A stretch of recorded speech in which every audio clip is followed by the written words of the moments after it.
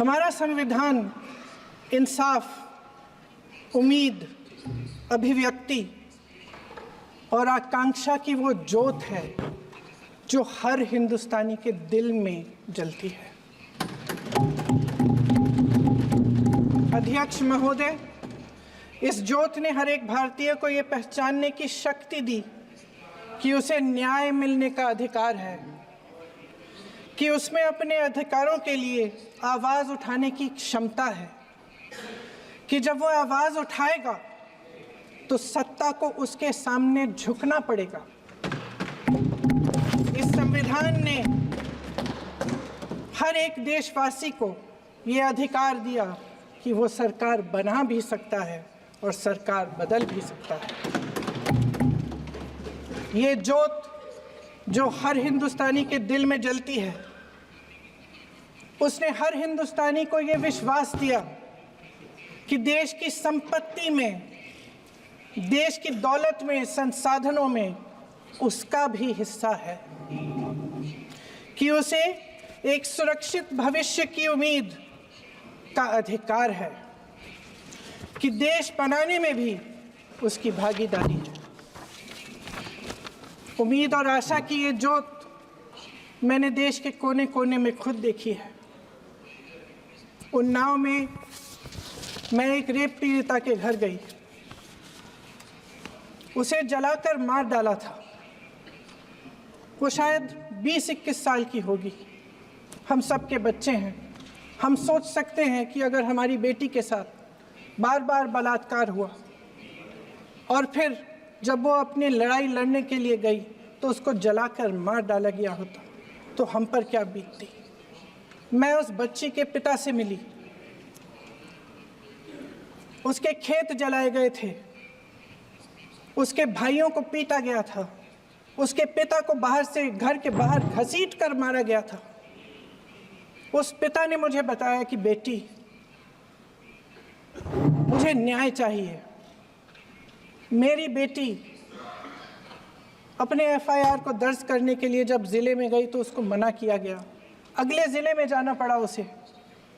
वो रोज़ सुबह 6 बजे उठकर तैयार होकर अकेली अपने मुकदमे को लड़ने के लिए अगले ज़िले में ट्रेन से जाती थी। उसके पिता ने मुझे कहा कि मैंने उससे कहा, बेटी अकेले मत जाओ, छोड़ दो ये लड़ाई। लेकिन उसकी बेटी ने उसको जवाब दिया कि नहीं पिताजी, मैं अकेली जाऊंगी, मैं लड़ूंगी, ये मेरी लड़ाई है, मैं इसको लड़ूंगी। ये लड़ने की क्षमता, ये हिम्मत उस लड़की को और करोड़ों भारत की नारियों को हमारे संविधान ने दी। आगरा में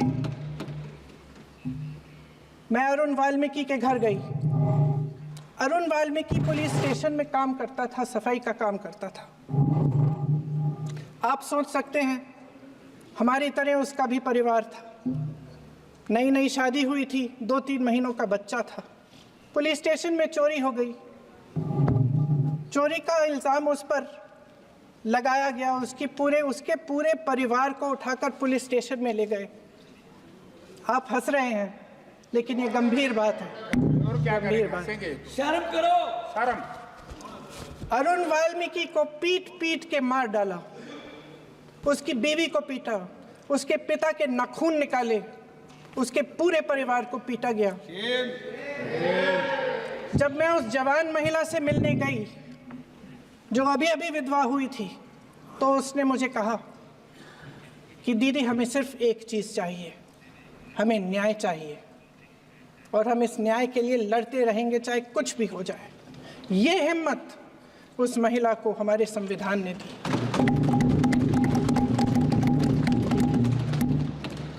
संभल के कुछ लोग आए थे हमसे मिलने जो मृतकों के परिवार के सदस्य थे। उसमें 2 बच्चे थे, अदनान और उज़ैर।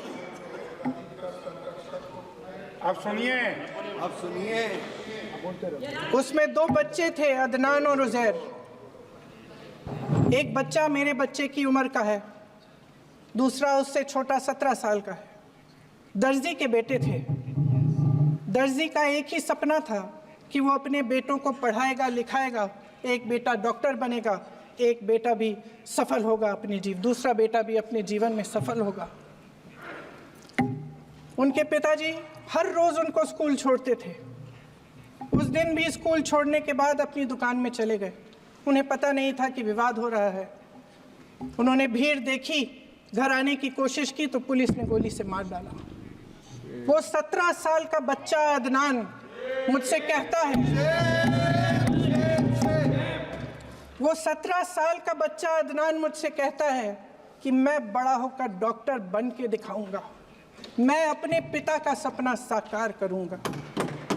ये सपना, ये आशा उसके दिल में हमारे संविधान ने डाली। अध्यक्ष महोदय, हमारे देश के करोड़ों देशवासियों के संघर्ष में, अपने अधिकारों की पहचान में, इनकी कठिन से कठिन परिस्थितियों से लड़ने की अपार हिम्मत में और देश से न्याय की अपेक्षा में हमारे संविधान की ज्योत जल रही है। मैंने हमारे संविधान की ज्योत को जलते हुए देखा है और इसके साथ साथ ये भी समझा है कि हमारा संविधान एक सुरक्षा कवच है, एक ऐसा सुरक्षा कवच है जो देशवासियों को सुरक्षित रखता है, न्याय का कवच है, एकता का कवच है और अभिव्यक्ति की आज़ादी का कवच है। दुख की बात यह है कि मेरे सत्ता पक्ष के साथी जो बहुत बड़ी बड़ी बातें करते हैं, इन्होंने इन 10 सालों में ये सुरक्षा कवच, सत्ता पक्ष के मेरे साथियों ने ये सुरक्षा कवच तोड़ने का पूरा प्रयास किया है। संविधान में सामाजिक, आर्थिक और राजनीतिक न्याय का वादा है। ये वादा एक सुरक्षा कवच है जिसको तोड़ने का काम शुरू हो चुका है। लैटरल एंट्री और निजीकरण के जरिए ये सरकार आरक्षण को कमजोर करने का काम कर रही है। अगर लोकसभा में ये नतीजे नहीं आए होते तो ये संविधान बदलने का काम भी शुरू कर लेते। सच्चाई ये है अध्यक्ष महोदय कि आज संविधान बार बार इसलिए कह रहे हैं क्योंकि इस चुनाव में इनको पता चल गया कि इस देश की जनता ही इस संविधान को सुरक्षित रखेगी, कि इस चुनाव में हारते हारते जीतने से इन्हें एहसास हुआ कि ये संविधान बदलने की बात इस देश में नहीं चलेगी। आज जनता की मांग है कि जाति जनगणना हो। सत्ता पक्ष के मेरे साथी ने इसका जिक्र किया। ये जिक्र भी आज इसलिए हो रहा है क्योंकि चुनाव में ये नतीजे आए। ये जाति जनगणना इसलिए ज़रूरी है ताकि हमें पता चले कि किसकी क्या स्थिति है और नीतियां उस हिसाब से बने। इनकी गंभीरता का प्रमाण ये है कि जब चुनाव में पूरे विपक्ष ने जोरदार आवाज़ उठाई कि ये जाति जनगणना होनी चाहिए, तो इनका जवाब देखिए। इनका जवाब भैंस चुरा लेंगे, मंगलसूत्र चुरा लेंगे, इनका ये जवाब था। ये गंभीरता है इनकी जाति जनगणना पर। महोदय, हमारे संविधान ने आर्थिक न्याय की नींव डाली, किसानों, गरीबों और को ज़मीन बांटी, भूमि सुधार किया, जिसका नाम लेने से कभी कभी आप झिझकते हैं और कभी कभी उनका नाम धड़ाधड़ इस्तेमाल किया जाता है अपने आप को बचाने के लिए। उन्होंने HAL, BHEL, SAL, GAIL, ONGC, NTPC, railways, IIT, IIM, oil refineries, तमाम PSU बनाए। अध्यक्ष महोदय, उनका नाम पुस्तकों से मिटाया जा सकता है, उनका नाम भाषणों से मिटाया जा सकता है, लेकिन जो उनकी भूमिका रही इस देश की आज़ादी के लिए और इस देश के निर्माण के लिए, वो इस देश में से कभी मिटाया नहीं जा सकता। 75 सालों में जनता का भरोसा रहा कि नीतियां बनेंगी तो जनता की भलाई के लिए बनेंगी। जल जंगल जमीन का अधिकार मिला आदिवासी भाई बहनों को। इंदिरा जी ने बैंकों का राष्ट्रीयकरण करवाया, खदानों का राष्ट्रीयकरण कराया। कांग्रेस और यूपीए की सरकारों में शिक्षा का, भोजन का अधिकार मिला। 75 सालों में जनता का भरोसा मिला। पहले संसद चलती थी तो जनता की उम्मीद होती थी कि सरकार महंगाई और बेरोजगारी पर चर्चा करेगी, कोई उपाय निकालेगी, कोई रास्ता निकालेगी। लोग मानते थे कि अगर कोई नई आर्थिक नीति बनेगी तो देश की अर्थव्यवस्था को मजबूत बनाने के लिए बनेगी, तो भारतीय बाजार को मजबूत बनाने के लिए बनेगी, उनके भविष्य को मजबूत बनाने के लिए बनेगी। किसान और आदिवासी भाई बहन भरोसा करते थे कि यदि जमीन के कानून में संशोधन होगा तो उन्हीं की भलाई के लिए होगा। आप नारी शक्ति की बात करते हैं। आज चुनाव की वजह से शायद इतनी बातचीत हो रही है नारी शक्ति के बारे में, क्योंकि हमारे संविधान ने महिलाओं को यह अधिकार दिया, उनकी शक्ति को परिवर्तित किया वोट में। और आज आपको पहचानना पड़ रहा है कि महिलाओं के बिना, कि नारी शक्ति के बिना ये सरकारें नहीं बन सकती हैं। इसीलिए आज आप नारी शक्ति की बातें दोहरा रहे हैं। जो आप नारी शक्ति का अधिनियम लाए हैं उसको लागू क्यों नहीं करते? वो 10 साल बाद लागू क्यों होगा? क्या आज की नारी 10 साल इंतजार करेगी उसके लागू करने के लिए? क्या बात है, क्या बात है।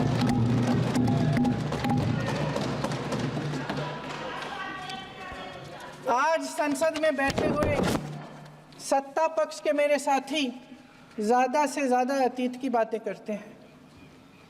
1921 में क्या हुआ, कब हुआ, नेहरू जी ने क्या किया। अरे वर्तमान की बात करिए, देश को बताइए आप क्या कर रहे हैं, आपकी जिम्मेदारी क्या है? कि सारी जिम्मेदारी जवाहरलाल नेहरू की है। अध्यक्ष महोदय जी, ये सरकार आर्थिक न्याय का सुरक्षा कवच तोड़ रही है। आज संसद में बैठी ये सरकार बेरोजगारी और महंगाई से जूझ रही हमारी जनता को क्या राहत दे रही है। कृषि के कानून भी बड़े बड़े उद्योगपतियों के लिए बन रहे हैं। सही एमएसपी को छोड़िए, डीएपी तक नहीं मिल रहा है।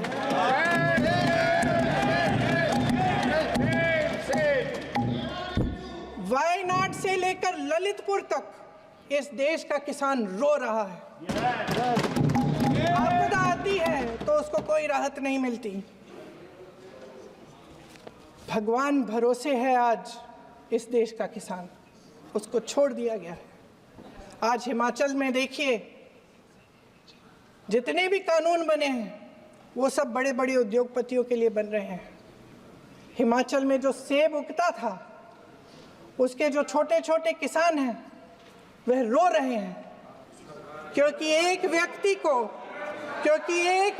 के लिए सब कुछ बदला जा रहा है। सुनने की हिम्मत रखो।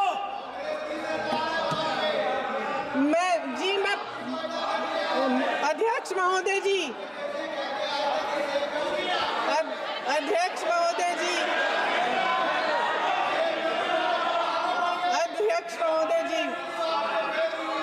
अध्यक्ष महोदय जी, अडानी जी को सारे कोल्ड स्टोरेज प्रदेश की सरकार ने नहीं दिए।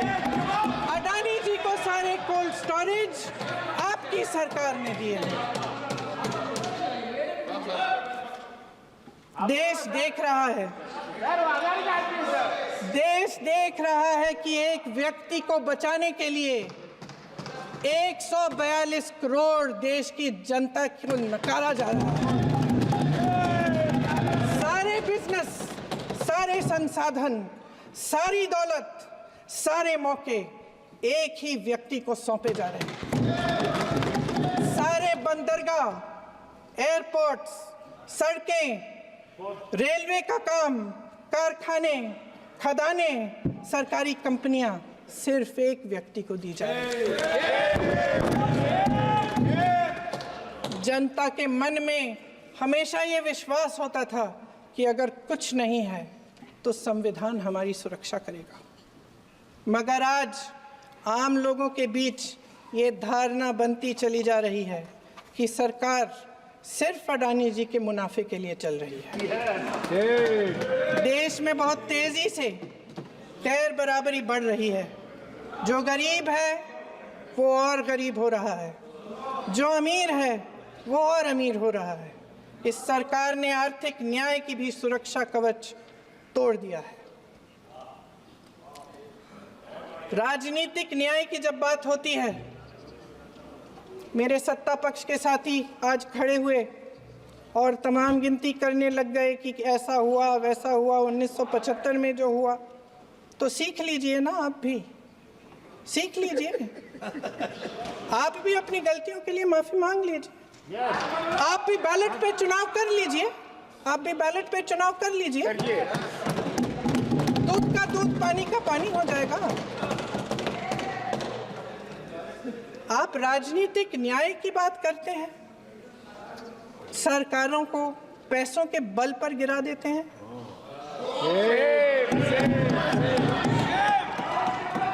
मेरा आग्रह है कि अपन संविधान में सकारात्मक बोले।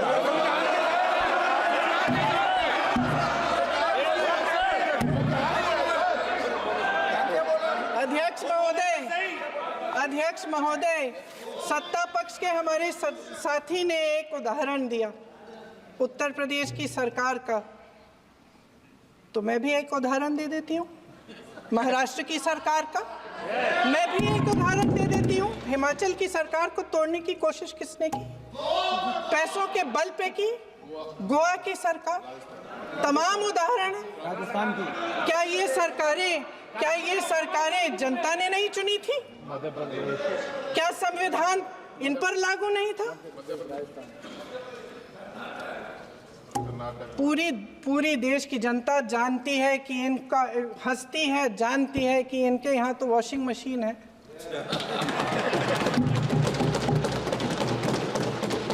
तो यहाँ से वहाँ जाता है, वो धुल जाता है। इस तरफ दाग, उस तरफ स्वच्छता। और मेरे कई ऐसे साथी हैं जो इस तरफ होते थे उस तरफ चले गए, मुझे दिख भी रहे हैं, वॉशिंग मशीन में शायद धुल गए हैं। अध्यक्ष महोदय, जहां भाईचारा और अपनापन होता था, जहां हमारे संविधान ने एकता का सुरक्षा कवच दिया था, वहां शक और घृणा के बीज बोए जा रहे हैं। एकता का सुरक्षा कवच तोड़ा जा रहा है। प्रधानमंत्री जी यहाँ सदन में संविधान की किताब को यूं माथे से लगाते हैं, लेकिन संभल में, हाथरस में, मणिपुर में जब न्याय की गुहार आती है, उठती है, तो उनके माथे पे शिकन तक नहीं आता।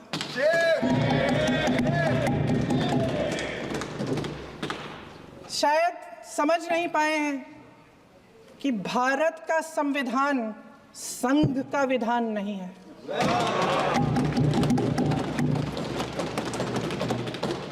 भारत के संविधान ने हमें एकता दी, हमें आपसी प्रेम दिया। उस मोहब्बत की दुकान जिस पर आपको हंसी आती है, उसके साथ करोड़ों देशवासी चले।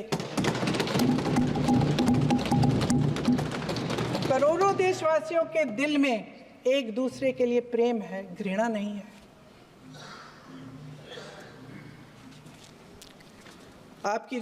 इनकी जो विभाजनकारी नीतियां हैं, उसका नतीजा हम रोज देखते हैं। राजनीतिक फायदे के लिए संविधान को छोड़िए, देश की एकता को भी ये रख नहीं सकते, इसकी सुरक्षा नहीं कर सकते। हमने संभल में देखा, मणिपुर में देखा। दरअसल इनका कहना है कि अलग अलग इस देश के अलग अलग हिस्से हैं, लेकिन हमारा संविधान कहता है कि ये देश एक है और ये देश एक रहेगा। जहां खुला विवाद होता था, अभिव्यक्ति का सुरक्षा कवच होता था, इन्होंने भय का माहौल पैदा किया है। सत्ता पक्ष के मेरे साथी अक्सर 75 सालों की बात करते हैं, लेकिन इन 75 सालों में ये उम्मीद, आशा, ये अभिव्यक्ति की ज्योति कभी थमी नहीं, कभी बुझी नहीं। इस देश की जनता ने खुलकर आलोचना की, निडर होकर धरने किए, प्रदर्शन किए। जब जब जनता नाराज हुई, तब तब सत्ता को ललकारा, उसे चेतावनी दी, बड़े से बड़े नेताओं को कटघरे में खड़ा किया, उनसे जवाब मांगा, न्याय मांगा। इस देश के छोटे छोटे से नुक्कड़ की दुकानों में, चाय की दुकानों में, इस देश के घरों में, गलियों में, मोहल्लों में, अखबारों में, प्रकाशन घरों में, न्यायपालिकाओं में चर्चा कभी बंद नहीं हुई। लेकिन आज ये माहौल नहीं है। आज जनता को सच बोलने से डराया जाता है, धमकाया जाता है। पत्रकार हो या विपक्ष का नेता हो या किसी यूनिवर्सिटी का प्रोफेसर हो, छात्र संघ हो या कर्मचारियों का संगठन हो, सबका मुंह बंद कराया जाता है। किसी पे ईडी, किसी पे सीबीआई, किसी पे इनकम टैक्स, फर्जी मुकदमे लगवाए जाते हैं, जेल में डाल दिया जाता है, विपक्षी नेताओं को जेल में डाल दिया जाता है, उनको सताया जाता है। किसी को नहीं छोड़ा इस सरकार ने। देशद्रोही कह के उत्तर प्रदेश में मुझे याद है कुछ अध्यापिकाएं प्रदर्शन कर रही थी, उन पर मुकदमा डाल दिया देशद्रोही का, उन्हें देशद्रोही कह दिया। इन्होंने देश का पूरा माहौल भय से भर दिया है। इनकी मीडिया की मशीन झूठ फैलाती है, तरह तरह के आरोप लगाती है, और शायद वह भी भय में ही है। महोदय, मैं इस सदन को याद दिलाना चाहती हूँ कि ऐसा डर का माहौल देश में अंग्रेजों के राज में था। जब इस तरफ बैठे हुए गांधी की विचारधारा वाले लोग आज़ादी की लड़ाई लड़ रहे थे और उस तरफ वाली विचारधारा वाले लोग भय में रहकर अंग्रेजों के साथ साठ-गांठ कर रहे थे। लेकिन अध्यक्ष महोदय, भय का भी अपना स्वभाव होता है। भय फैलाने वाले हमेशा भय का खुद शिकार बन जाते हैं। ये प्रकृति का नियम है। आज इनकी भी यही हालत हो गई है। भय फैलाने के इतने आदी हो गए हैं कि खुद भय में रहने वाले हैं। चर्चा से डरते हैं, आलोचना से घबराते हैं। कई दिनों से हम मांग रहे हैं कि चर्चा करिए, लेकिन चर्चा करने की हिम्मत ही नहीं है।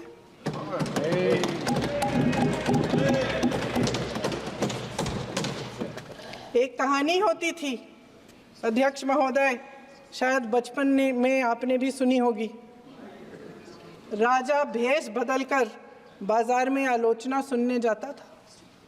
ये सुनने जाता था कि प्रजा मेरे बारे में क्या कह रही है, मैं सही रास्ते पे चल रहा हूँ कि नहीं। लेकिन आज का राजा, भेष तो बदलते हैं आज के राजा, शौक तो है उनको भेष बदलने का, लेकिन न जनता के बीच जाने की हिम्मत है और ना आलोचना सुनने की। महोदय, मैं तो सदन में नहीं हूं।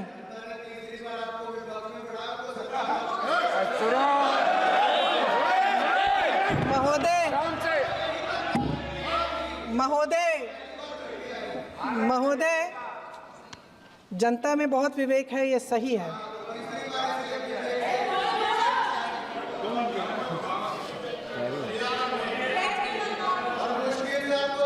अच्छा महोदय, मैं सदन में नहीं हूँ, मैं सदन में नहीं हूँ कुछ।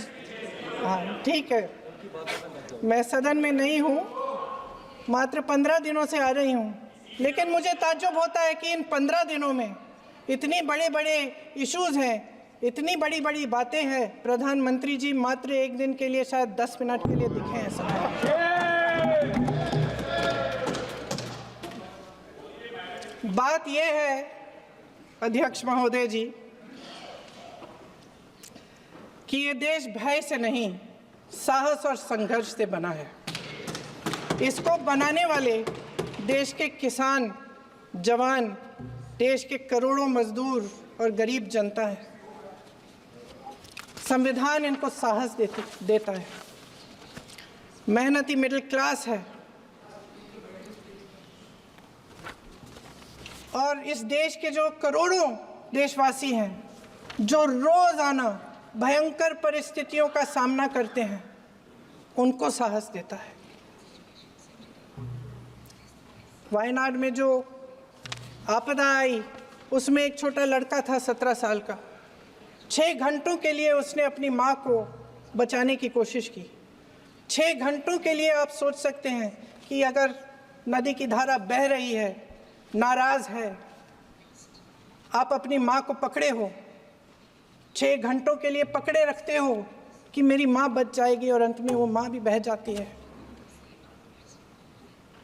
उस लड़के का साहस,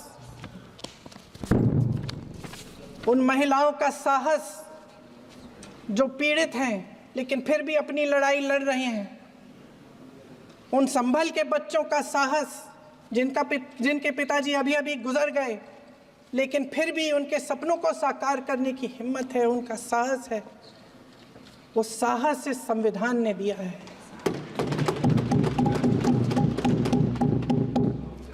वो आत्मविश्वास से संविधान ने दिया है। ये देश भय से नहीं चल सकता, ये देश साहस से ही चलेगा। भय की भी सीमा होती है, और जब वो सीमा पार हो जाती है, जब किसी को इतना दबाया जाता है कि उसको लगने लगता है कि अब मेरे पास खोने के लिए कुछ नहीं है, तब उसमें एक ऐसी शक्ति पैदा होती है जिसके सामने कोई कायर खड़ा नहीं हो सकता। ये देश कायरों के हाथों में ज़्यादा देर तक कभी नहीं रहा है। ये देश उठेगा, ये देश लड़ेगा, सत्य मांगेगा, सत्यमेव जयते। जय हिंद।